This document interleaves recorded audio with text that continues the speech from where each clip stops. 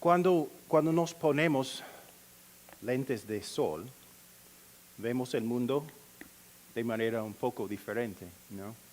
Hay otro tono ahora, que ustedes tienen lentes de sol, estos me dan, oh, muy diferente, como los primeros, ¿no? ¿Cuáles me quedan mejor? ¿Los primeros? Ok, bueno. Nos dan una vista con tonos, cambia la vista un poco, pero diríamos que la vista verdadera es la que vemos con estos ojos, sin gafas de sol, sin tapa o quizás con gafas como estas, ¿verdad? Nos dan la verdadera visión. Pero tengo una pregunta, vean la pantalla por favor y dígame de qué color es este vestido. Piénsalo. O sea, ¿quién cree que es de color blanco y de oro? ¿Quién cree que es de color azul y negro? Como mitad y mitad. Yo lo veo como blanco y de oro. Esta foto causó una sensación en los medios sociales hace unos años, porque así es con todas las personas. Algunas personas creen que es de color blanco y de oro y otras creen que es de color azul y negro. Y saben que los científicos no saben cómo explicarlo, no tienen una explicación. Pero los seres humanos tenemos opiniones diferentes sobre cosas aún más importantes que el color de un vestido, sobre preguntas como ¿qué es bueno? ¿Qué es malo? ¿Qué es el amor? ¿Qué es la belleza? ¿Por qué suceden cosas malas? Una persona da una respuesta, otra persona da otra respuesta. ¿Y por qué es así? Es así porque todos tenemos una cosmovisión, una visión del mundo. ¿Quién ha oído esa palabra? Cosmovisión. En inglés we say worldview, ¿ok? Pues les doy una definición entonces. Cosmovisión es la manera de ver e interpretar el mundo. Se trata del conjunto de creencias que permiten analizar y reconocer la realidad a partir de la propia existencia. Puede hablarse de la cosmovisión de una persona, una cultura, una época, etc. Es importante tener en cuenta que una cosmovisión es integral, es decir, abarca aspectos de todos los ámbitos de la vida. La religión, la moral, la filosofía y la política forman parte de una cosmovisión. Tú tienes una cosmovisión, si te das cuenta de ella o no. Un ejemplo, tendemos a pensar que todo el mundo piensa igual que nosotros. Pero si te has mudado a otro país, y muchos de ustedes lo han hecho, creo que todos han vivido en otro país, ¿okay? Aprendes rápidamente de que estas personas no piensan de manera igual que yo, no tienen la misma idea sobre lo que es bueno, sobre lo que es correcto. Porque es así. Es porque cada uno tiene su cosmovisión. Hemos sido influenciados por tantos factores culturales, sociales, religiosos, por libros, películas, internet, nuestra crianza, tantas cosas.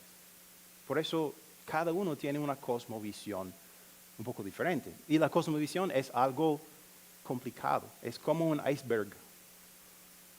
La mayoría del iceberg está debajo de la superficie del agua. Y así es con la cosmovisión, está debajo de la superficie y se manifiesta por medio de nuestras acciones, nuestras palabras.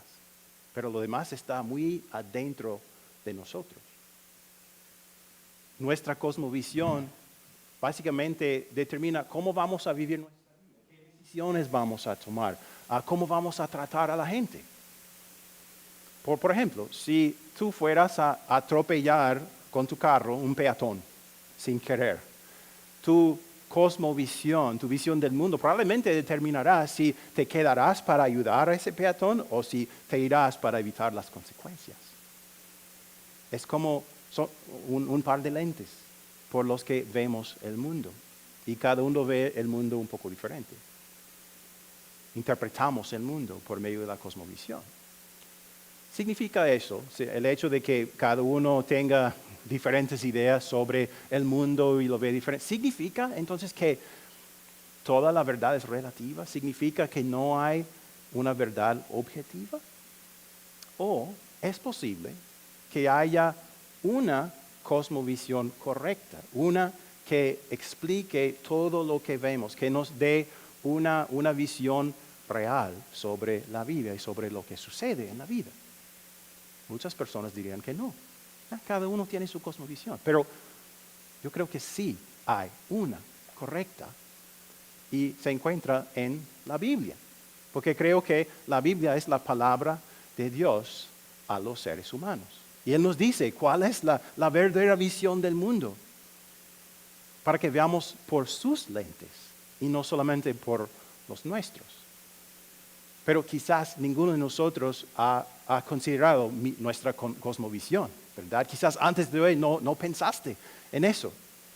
Y hay un peligro para cada persona, sea cristiano o incrédulo. Y es semejante a lo que hacemos con los medios sociales.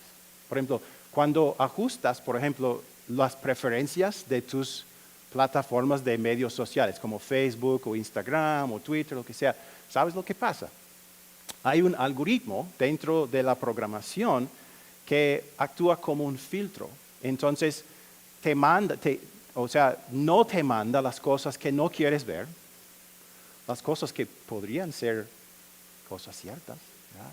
Y te manda solamente las cosas que quieres ver, que podrían ser mentiras. Y lo mismo puede suceder a nosotros. Si no pensamos en nuestra cosmovisión, en lo que creemos, podemos terminar creyendo cosas falsas. Podríamos adoptar una cosmovisión falsa. Por eso, a través de las próximas 5 semanas, en esta serie de mensajes, vamos a considerar las 4 preguntas más importantes para determinar cuál es nuestra cosmovisión. Y aquí están. ¿De dónde vengo? ¿Por qué estoy aquí? ¿Qué es bueno? ¿Y a dónde voy cuando muera?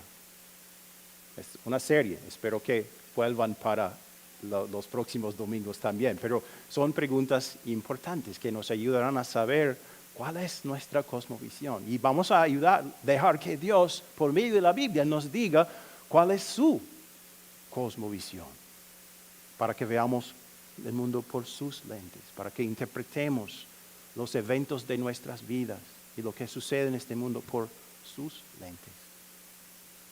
Ahora, algunas personas que estén viendo este video podrían quizás decir, pues, la idea de un Dios realmente no cabe en mi cosmovisión. Te puedo decir eso por seguro. No veo ninguna evidencia de un Dios en este mundo.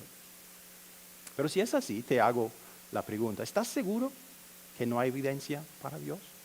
¿O es que es posible que la estés pasando por alto?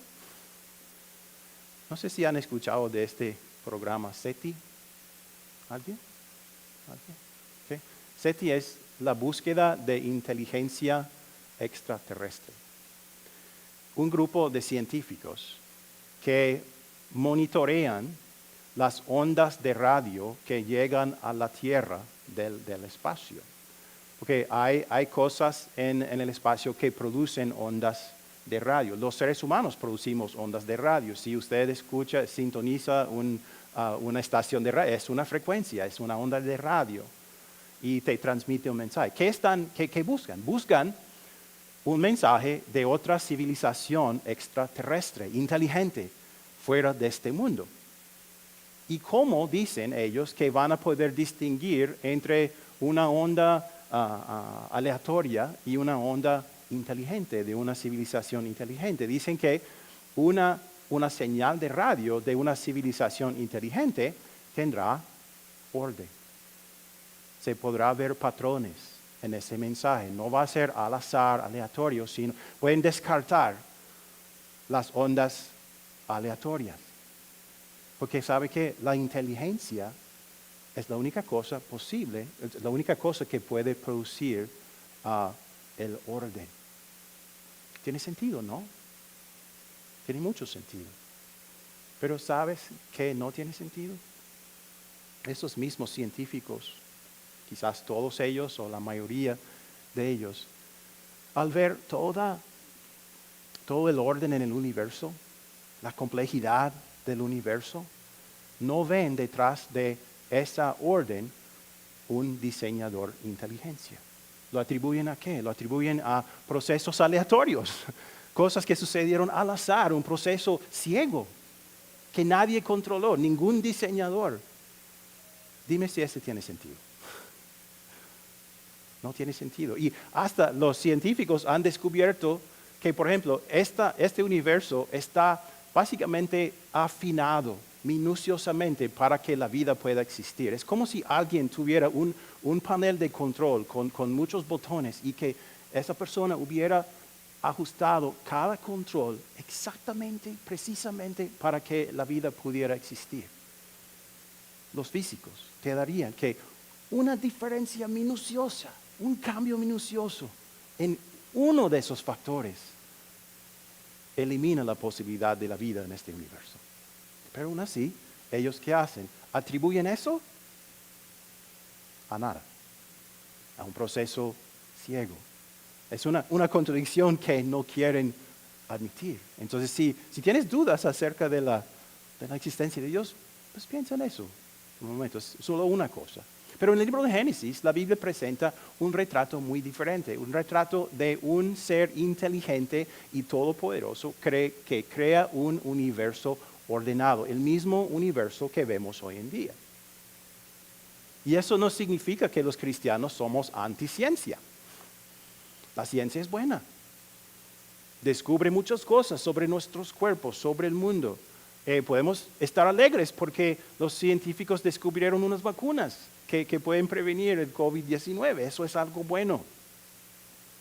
Pero el método científico es incapaz de probar o de negar la existencia de Dios. Y de hecho, la ciencia ha descubierto muchísimas cosas, como las cosas que acabo de mencionar, que en realidad son evidencia de la existencia de Dios. Porque ¿qué están haciendo eso? Simplemente analizando la creación que Él hizo, las cosas que Él creó. Están descubriendo esas cosas.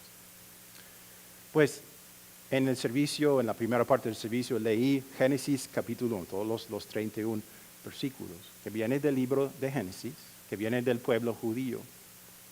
En aquel tiempo, cuando se escribió Génesis, había otras religiones también en el Medio Oriente.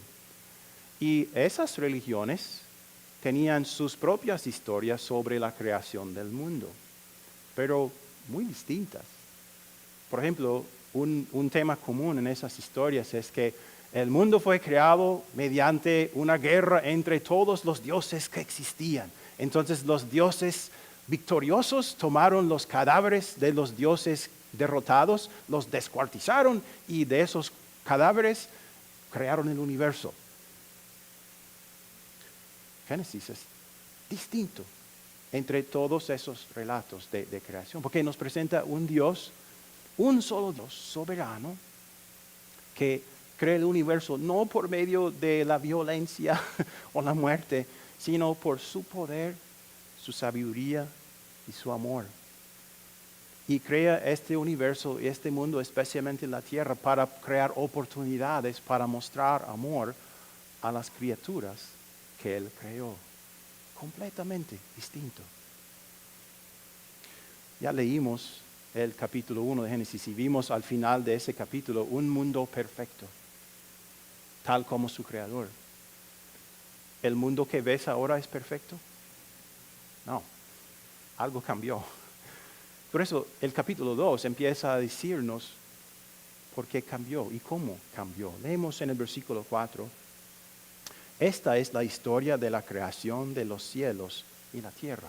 Subrayé la palabra esta porque esta podría referirse a lo que precede o a lo que viene después, ¿verdad? Pero esta no se refiere al primer capítulo de Génesis, sino a los capítulos 2 al 5, a lo que sigue al primer capítulo de Génesis. Porque estos capítulos de 2 a 5 nos van a explicar cómo la creación perfecta de Dios se volvió imperfecta. Seguimos con la segunda parte del versículo 4. Dice, cuando Dios el Señor hizo la tierra y los cielos, aún no había ningún arbusto del campo sobre la tierra, ni había brotado la hierba, porque Dios el Señor todavía no había hecho llover sobre la tierra, ni existía el hombre para que la cultivara. No obstante, salía de la tierra un manantial que regaba toda la superficie del suelo. Cuando leemos estos versículos, no deberíamos pensar que esta es una versión de la creación diferente de la versión que vimos en el capítulo 1. Más bien, este capítulo es una ampliación del capítulo 1. Se enfoca en una cosa en particular, la creación del ser humano. Y esto debe hacernos pensar y creer que somos especiales. Porque Dios dice, vamos a dedicar un capítulo a la creación del ser humano. Somos especiales. En Génesis 1 notamos que Dios quería bendecir al ser humano con la habilidad de reproducirse, de poder cultivar plantas que podía usar para comer o para hacer comida. Pero esa bendición no podía cumplirse todavía, porque el hombre no existía, no había seres humanos. Entonces esto es lo que Dios hace ahora. Una vez vi un meme con un retrato de un grupo de una variedad de animales, como un zoológico. ¿Okay? Y debajo decía, nosotros estuvimos aquí primero. ¿Qué significa eso? Ese meme, esa frase, expresa la idea de la evolución, de que los animales evolucionaron y aparecieron en la tierra antes que los seres humanos. Ellos estuvieron aquí primero. Y por eso la idea es que ellos son tan importantes como nosotros, o quizás más importantes. Y hay personas en el mundo que creen que el mundo sería mucho mejor sin los seres humanos. ¿Por qué? Porque nosotros somos los que contaminamos el planeta. La evolución no tiene ningún lugar para el ser humano, no tiene ninguna necesidad para el ser humano. Nos categoriza como un animal un poco superior a los otros animales, pero animales. La evolución sostiene que nosotros, los seres humanos, somos el resultado de un proceso ciego, sin diseñador, el resultado de mutaciones aleatorias, la selección natural. Pero la Biblia dice que somos una creación especial. Dice que somos la creación suprema de Dios, que esta creación, este mundo no estaba completo hasta que Dios creó al primer ser humano. Leí una cita que me gustó esta semana. Un erudita de la Biblia, el doctor John Walton, dijo que en los primeros 2 capítulos de Génesis, la Biblia nos dice esto, que la función del cosmos es relativa en el sentido de que las funciones están diseñadas para uso humano. La evolución dice, bueno, la existencia de los seres humanos no es importante, podía haber sucedido de otra forma, no, el ser humano no es necesario, pero la Biblia dice que el hombre sí es necesario, que sin la presencia de la humanidad, el cosmos, este planeta no funciona como fue diseñado. De hecho, hay algunos físicos cuánticos, yo creo que ellos tienen que ser las personas más inteligentes de este mundo, porque ni comprendo lo que ellos estudian, ¿okay? Pero ellos están descubriendo la misma cosa. Están descubriendo que este universo necesita la presencia de la humanidad. Tengo otra cita aquí que me fascinó, que dice, si la física moderna nos ha enseñado algo, es que el individuo consciente es un componente esencial de todo. En la física tradicional, los individuos no tienen un lugar especial en el universo, excepto como participantes ocasionales en el ordenado mundo de causa y efecto. Pero algunos científicos del siglo XX afirman que la realidad misma de un suceso depende de la presencia de un observador. En otras palabras, se necesita la presencia de un ser inteligente como el ser humano para que el universo funcione. Increíble. Y aparentemente entonces los físicos están descubriendo lo que la Biblia ha estado proclamando por milenios. ¿Okay? Nosotros somos importantes. Estamos aquí por una razón. Tenemos un propósito. No somos el resultado del azar. Si la evolución es cierta, no hay realmente nada que te distinga a ti de tu mascota. ¿Quién tiene un perro? Yo. ¿Quién tiene gatos? Hámster. Pero la evolución dice que no hay nada que te distingue de tu mascota o de cualquier animal. La Biblia nos dice que somos únicos y especiales. La creación especial y más importante de un Dios personal que nos creó para amarnos y para bendecirnos y para tener una relación con nosotros. Y vemos ese amor, esa sabiduría y ese cuidado especial en el acto de Dios de crear al primer ser humano. En el versículo 7 dice así: y Dios el Señor formó al hombre del polvo de la tierra y sopló en su nariz hálito de vida. Y el hombre se convirtió en un ser viviente. ¿Notaste, si estuviste aquí para la lectura, que en Génesis 1, cómo crea Dios todas las cosas? Con una palabra. Dice que haya luz y existe la luz. Que haya esto y llega a existir. ¿Verdad? Y cuando Dios creó una cosa, no creó simplemente moléculas microscópicas que eventualmente evolucionarían y producirían un ser completo. No, Él crea seres completos en un estado completo de desarrollo. Y lo mismo es cierto para los seres humanos. No hemos pasado por etapas de evolución, nos creó como un ser ya desarrollado, pero lo hizo de una forma muy distinta a la de los animales. ¿Qué hace? Lo hace de una forma muy concreta. Dice que Dios personalmente hizo esa creación. Y las palabras hebreas que se usan, la palabra hebrea que se usa para describir esa creación, es una palabra que describe la obra de un alfarero. ¿Qué hace un alfarero? Empieza con un pedazo de barro y un plan. Dice, quiero hacer una taza, un plato o una jarra. Entonces pone manos a la obra y moldea ese pedazo de barro hasta que tenga la forma del artículo que él quiere. Y es lo que dice esto que Dios hizo. Personalmente, cuidadosamente, con amor, con intención, con un plan, con sabiduría. ¿Qué hace?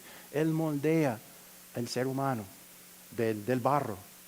Algo que sí está de acuerdo con la ciencia, ¿no? Somos de los mismos elementos que la tierra.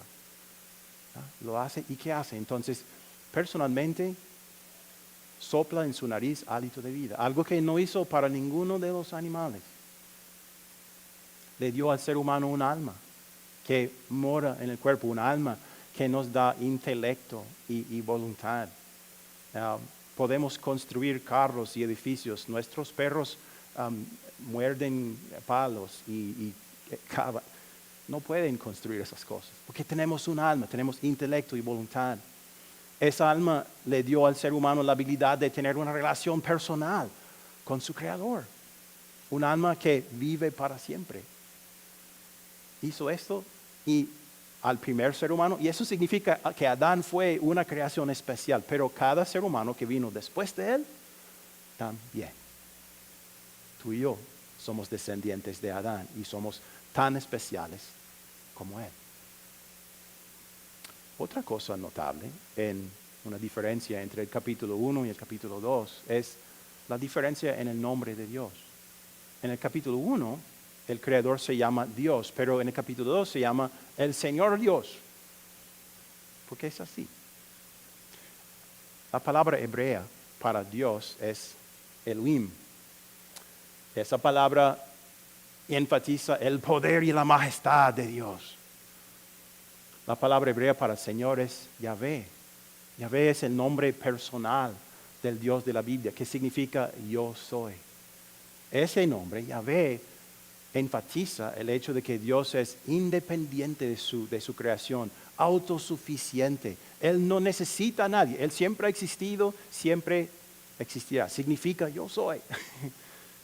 Y enfatiza su constancia, especialmente la constancia de su amor, su fidelidad. Se requirió, podemos decir, para crear este mundo, se requirió un Dios amoroso y poderoso. Pero ¿cómo nosotros recibimos a este Dios que nos creó?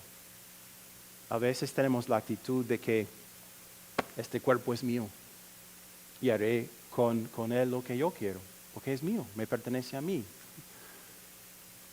Creemos que somos nuestros propios dueños y que no estamos bajo la autoridad de nadie.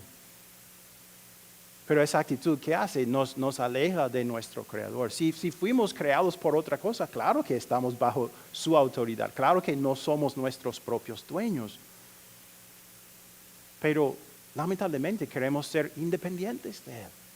Queremos independizarnos, separarnos de Él, para seguir lo que nosotros queremos.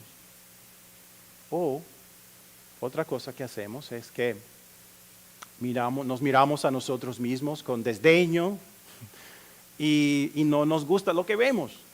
Vemos, ojalá que yo no fuera tan bajo, tan alto, tan flaco, tan gordo. Ojalá que yo fuera más inteligente o más bonito, más guapo, más talentoso, más exitoso o más rico. Y que entonces criticamos a Dios por no habernos hecho de la forma que nosotros quisiéramos ser. En otras palabras, o queremos independizarnos de Dios y no tener nada que ver con Él, o lo criticamos por las cosas que no nos gustan en la vida. Wow. Somos contradicciones ambulatorias, yo diría.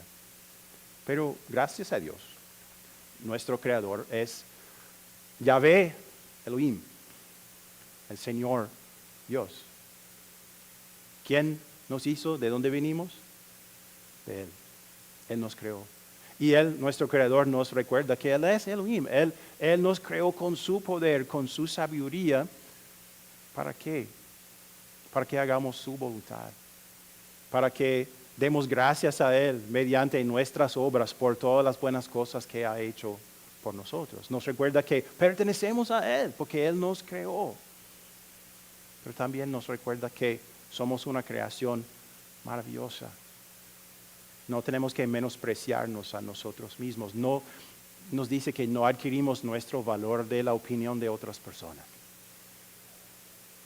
No adquirimos nuestro valor de nosotros mismos, de la introspección, de nuestra opinión, de si somos guapos o no, bonitos o no. Adquirimos nuestro valor de Él. Nos dice que Él que nos creó, ante Él tenemos mucho valor. Tenemos un valor eterno. Y podemos vernos a nosotros así también. El escritor del Salmo 139 dijo esto: Tú, Señor, creaste mis entrañas, me formaste en el vientre de mi madre. Te alabo porque soy una creación admirable. Tus obras son maravillosas. Esto lo sé muy bien. Nuestro Dios también nos recuerda que Él es Yahvé. Él es el Dios de amor y fidelidad constante, aun cuando nosotros queremos independizarnos de Él. Realmente ese deseo de ser independiente de Dios viene de nuestro corazón pecaminoso. Y es una elección, pero también es un castigo. Porque no sabemos, no nos damos cuenta por naturaleza que separarnos de Dios es la consecuencia más horrible que puede suceder en nuestras vidas. Porque pensamos, bueno, aquí tengo muchas cosas buenas. Si no creo en Dios, pues está bien. Todavía tendré el amor de mi esposa, tendré una casa, un carro, dinero, hijos, prestigio, lo que yo quiera. Pero no nos damos cuenta de que nuestra alma sigue viviendo. Y si nos independizamos de Dios aquí, seguiremos independizados en la eternidad, para siempre, sin la habilidad de cambiarlo, sin nada bueno y con un castigo adicional por habernos rebelado contra Él. Entonces, ¿qué hace? Yahvé, Dios, ¿qué hace? Tiene piedad, sigue amándonos. Dios el Hijo se hace un ser humano para experimentar nuestro dolor, nuestra tristeza y sufrir lo que merecemos. Él fue castigado como si Él hubiera independizado de su Padre, cuando en realidad Él fue el más fiel que todos, el más fiel de todos, ¿verdad? Lo hizo para que por medio de Él, por medio de la fe en Él, nosotros tuviéramos el perdón de Dios, una relación restablecida con Él. Otra opción, estar cerca de Él y tener comunión con Él para siempre. Este es Yahvé. Necesitamos Elohim, necesitamos Yahvé. Es el mismo Dios, pero esos nombres nos dicen tanto sobre Él. Este es un Dios que podemos confiar. Es un Dios que podemos amar. Es un Dios que podemos seguir mientras Él nos enseña a ver por sus lentes. Mientras Él nos enseña cómo son las cosas en realidad. A nosotros nos gusta, por ejemplo, saber de nuestros ancestros, ¿verdad? Por eso han oído de este sitio de web, ancestry.com. Es una página de genealogía que uno puede investigar su ascendencia. Muy, muy popular. Y en ese sitio de web, algo que dicen es, cuando aprendemos de dónde venimos, aprendemos una historia más profunda sobre nosotros mismos. Entonces, si estamos curiosos, si tenemos curiosidad sobre nuestra ascendencia humana, deberíamos tener mucha más curiosidad sobre el origen de nuestra existencia.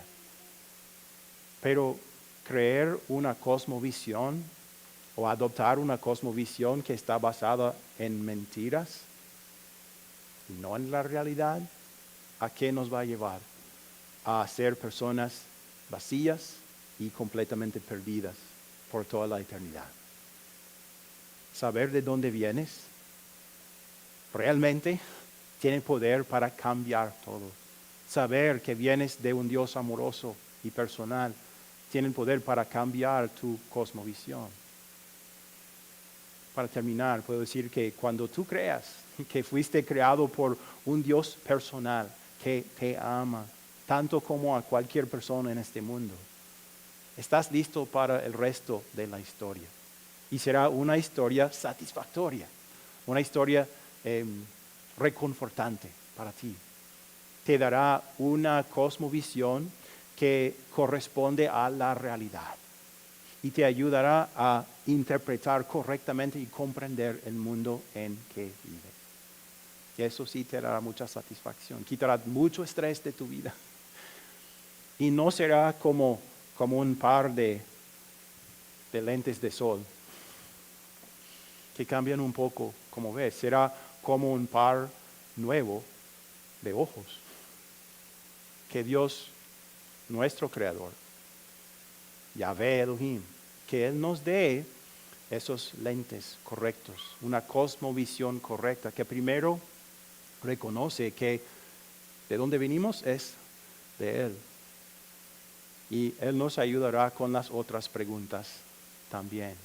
Espero que vuelvan el próximo domingo, para los próximos domingos, mientras investigamos esas otras preguntas importantes que nos ayudarán a tener la cosmovisión correcta. Amén. Amén.